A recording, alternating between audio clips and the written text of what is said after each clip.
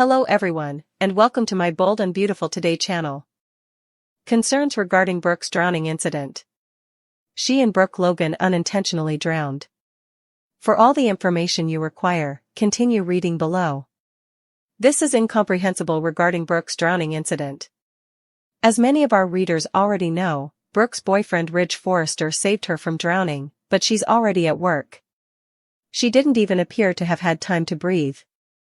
Some even speculate that by permitting Brooke to return to Forrester Creations so soon after her injury, Eric Forrester may have broken some sort of safety regulations.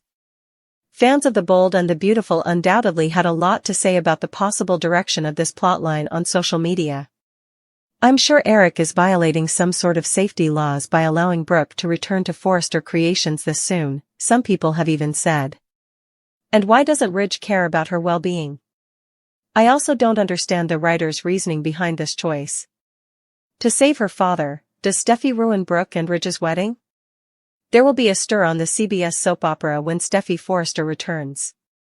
After the Luna Nozawa drama, Steffi left with the kids to travel to Europe, but she will soon return to the chaotic love life of her father, Ridge Forrester. Following Brooke Logan's boating mishap, Ridge comes to the realization that Taylor Hayes was not his true love. He must now shatter Taylor's heart by leaving her for Brooke, which is a sad reality.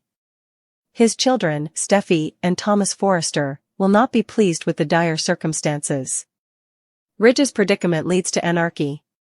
Ridge is aware that he needs to break up with Taylor. She is unaware that after saving Brooke from drowning in Capri, Ridge gave her a passionate kiss. Ridge isn't ready to end his relationship with Taylor, but he can't stop thinking about that kiss. He's not ready yet, at least. He will eventually find the courage to confess his feelings for Brooke to Taylor. Although she won't be shocked, she will probably feel deceived. It might feel considerably worse this time. There was nothing she could say to entice him back, he assured Taylor, and he was done with Brooke. It turns out that Ridge wanted to start a new life with Brooke and wasn't over her. After Ridge breaks up with her, Taylor calls Steffi to give her an update, according to spoilers for The Bold and the Beautiful. When Steffi returns home, she will have a plan to prevent her father from making a terrible error. She may even try to stop the bridge wedding by calling Thomas for assistance. The return of Steffi.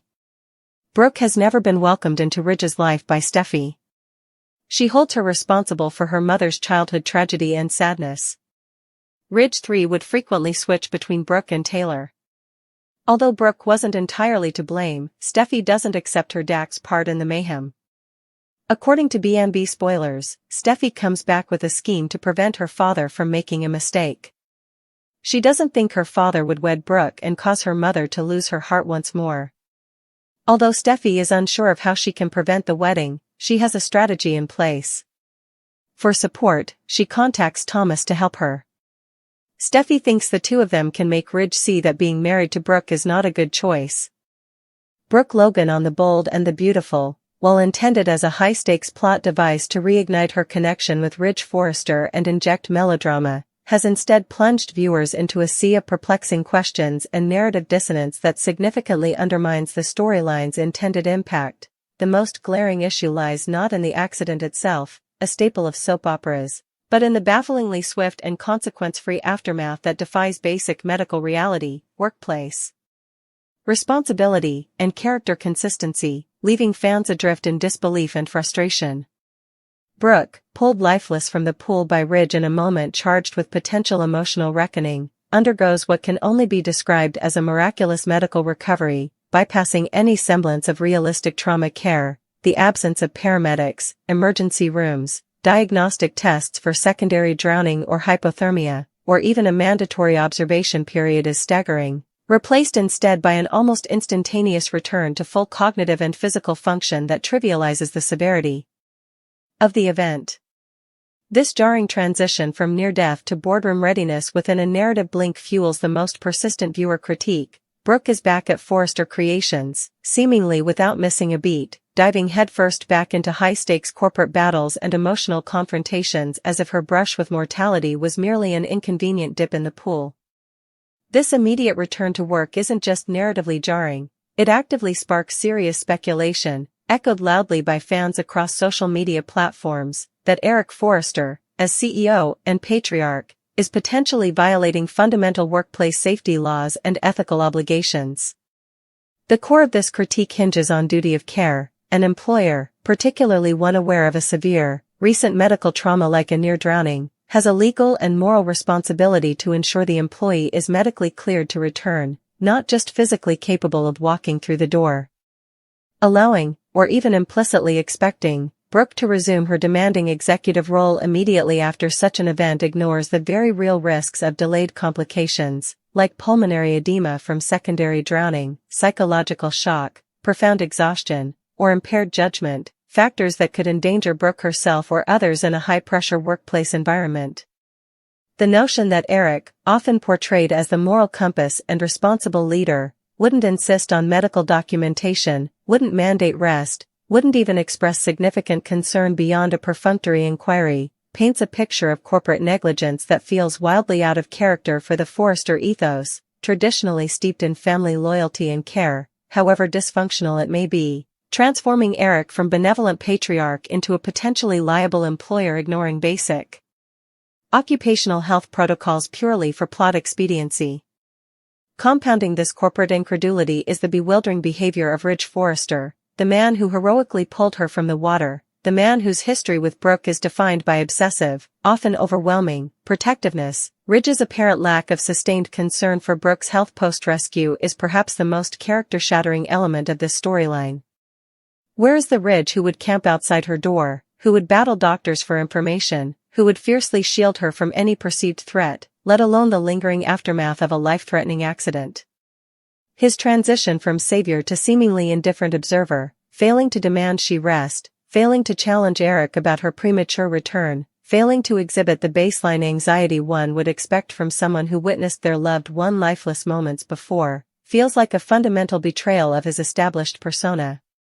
This isn't just about missing romantic gestures, it's about the absence of fundamental human concern and the erosion of a core character trait. His protective instinct towards Brooke, however flawed it has been historically, is a cornerstone of their dynamic, and its inexplicable vanishing act here renders his heroic rescue hollow and undermines the very reunion the plot seeks to engineer.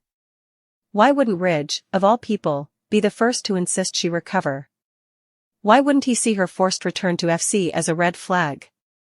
This disconnect isn't subtle, it's a canyon-sized plot hole that viewers immediately identified, asking pointedly online, and why isn't Ridge concerned about her health? A question that echoes the frustration of witnessing established character motivations discarded without explanation. This collective viewer bewilderment naturally extends to the writer's room, crystallizing in the pervasive fan sentiment, "I don't get why the writers made this decision." The accelerated timeline feels like a glaring missed opportunity on multiple fronts. Rushing Brooke back eliminates any potential for exploring the profound psychological fallout of a near-death experience, the fear, the vulnerability, the reassessment of priorities, rich emotional territory that could have deepened her character and fueled genuine, earned reconciliation scenes with Ridge built on shared trauma and gratitude, rather than instantly reverting to business-as-usual conflicts. It bypasses compelling drama involving medical professionals, family vigil, or Brooke confronting her own mortality, elements that could have provided layers of tension and character development far beyond boardroom power plays. Furthermore, it undermines the significance of the accident itself. If the consequences are negligible and forgotten within hours, the event loses all dramatic weight, reducing Ridge's life-saving act to a fleeting plot point rather than a potential turning point. The suspicion arises that the sole purpose was to create a dramatic visual, Ridge rescuing Brooke, to serve as a predetermined immediate plot point, a specific confrontation or business decision at FC, with zero regard for the necessary narrative scaffolding or character integrity required to make that transition believable. The prioritization of short-term shock value over long-term narrative cohesion and character consistency is painfully evident, sacrificing potential depth for fleeting spectacle and leaving a trail of unanswered questions and broken verisimilitude in its wake. The practical implications are also ignored. Wouldn't Brooke be physically drained? Wouldn't her hair, makeup, and general demeanor reflect someone who just endured a traumatic ordeal, rather than appearing camera-ready for a shareholders' meeting? The sheer logistical absurdity of her seamless reinsertion into the workday further highlights the narrative carelessness.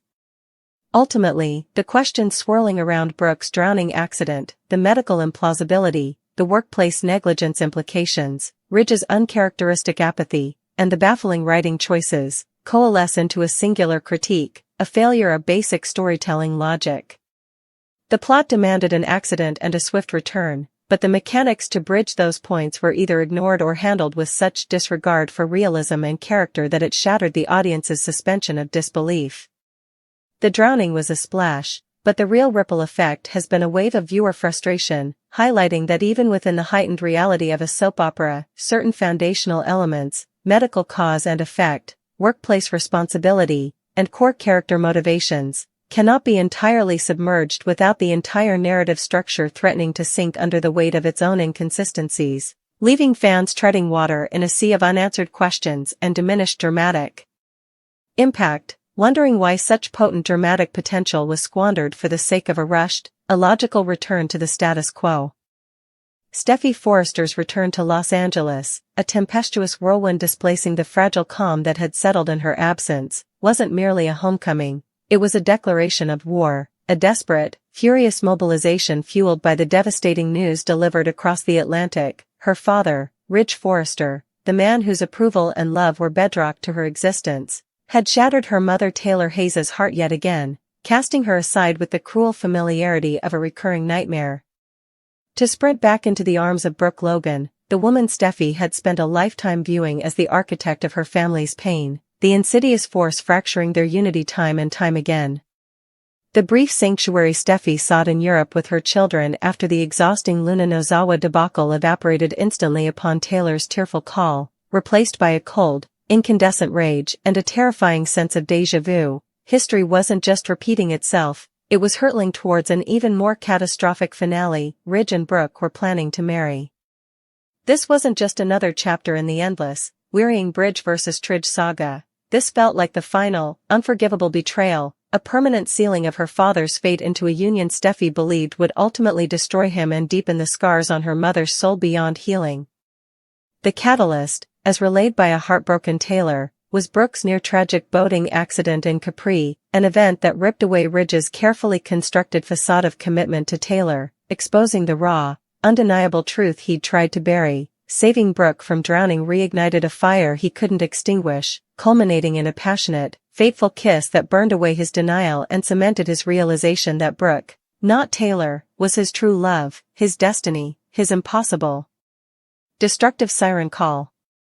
Steffy, however, viewed this revelation not as romantic destiny but as her father's tragic, self-destructive delusion, a catastrophic lapse in judgment triggered by adrenaline and Brooke's legendary vulnerability. She saw Ridge, once again, as weak, ensnared by Brooke's tears and manipulations, conveniently forgetting the promises he'd made, the solemn vows to Taylor that this time was different, that he was finally done with Brooke, that nothing she could say or do would ever lure him back into her chaotic orbit. The painful irony was scalding. Ridge had broken free, he had chosen Taylor, he had built a semblance of peace, only to demolish it all in a single moment of perceived weakness, proving to Steffy that her deepest, most primal fear was justified. Her father was fundamentally incapable of resisting Brooke, a force of nature Steffy equated with familial destruction. This betrayal felt exponentially worse because of its timing and the promises broken. Taylor wasn't just surprised, she was utterly gutted, her trust obliterated, forced to confront the agonizing reality that even after everything, after Ridge's assurances, Brooke's gravitational pull remained irresistible, rendering Taylor perpetually the runner-up, the consolation prize, the heartbroken mother Steffy felt duty-bound to protect. Thus, Steffy descended upon Los Angeles not with luggage, but with a mission, to save her father from himself, to rescue him from the perceived abyss of a marriage to Brooke Logan, a union she was convinced would be his ultimate undoing and a fresh, unbearable agony for Taylor.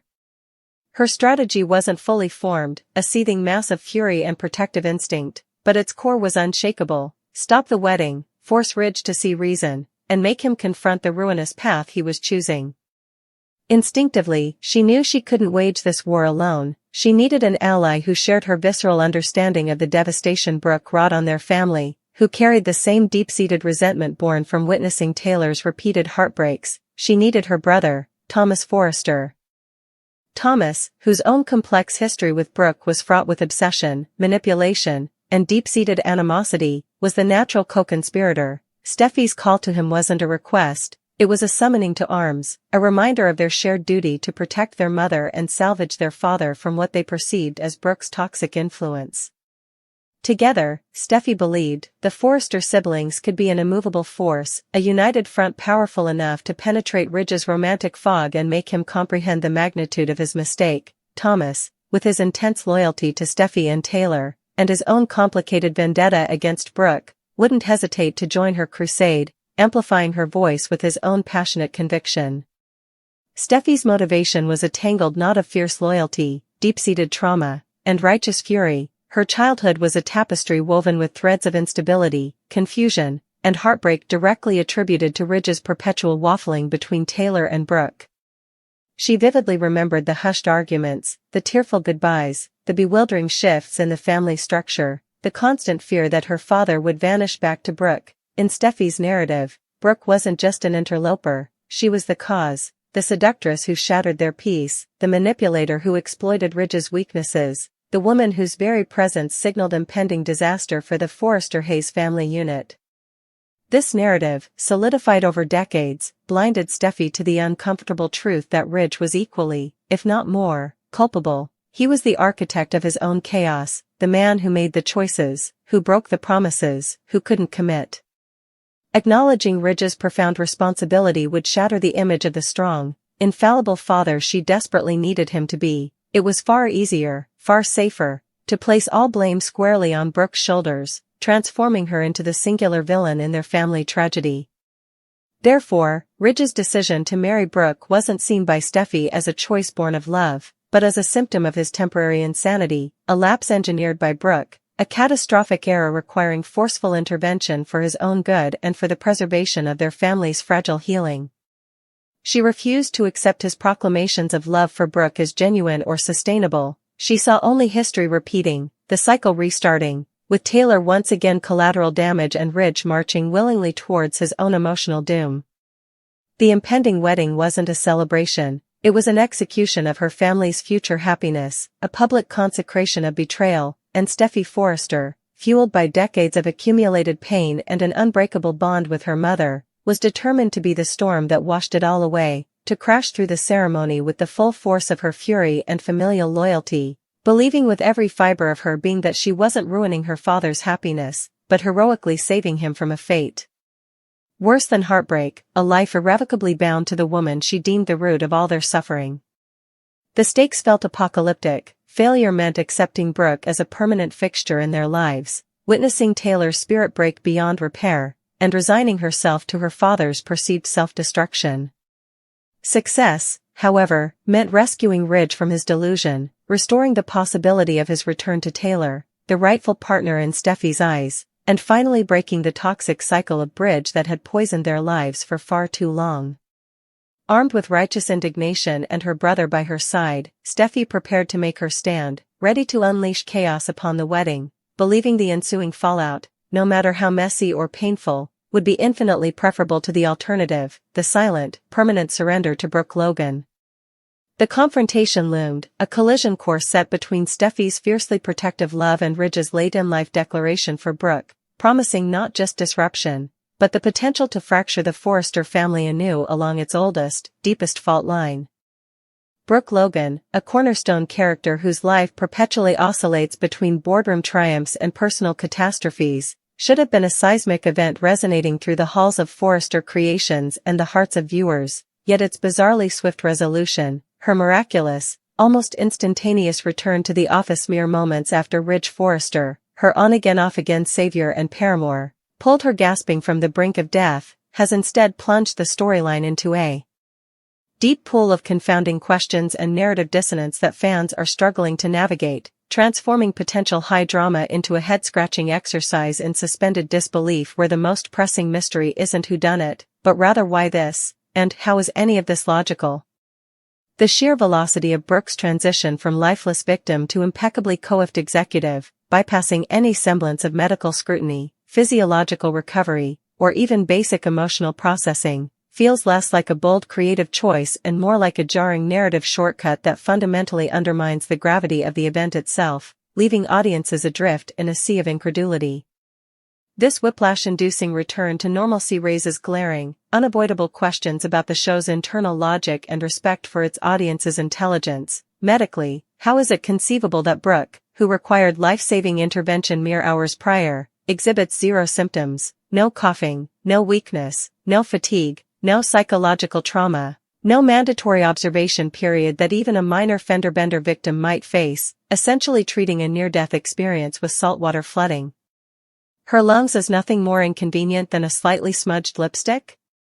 The profound physiological insult of near drowning, involving potential hypoxia, lung damage, aspiration pneumonia is a common, serious complication, electrolyte imbalances, and the sheer systemic shock, is brushed aside with bewildering nonchalance, making her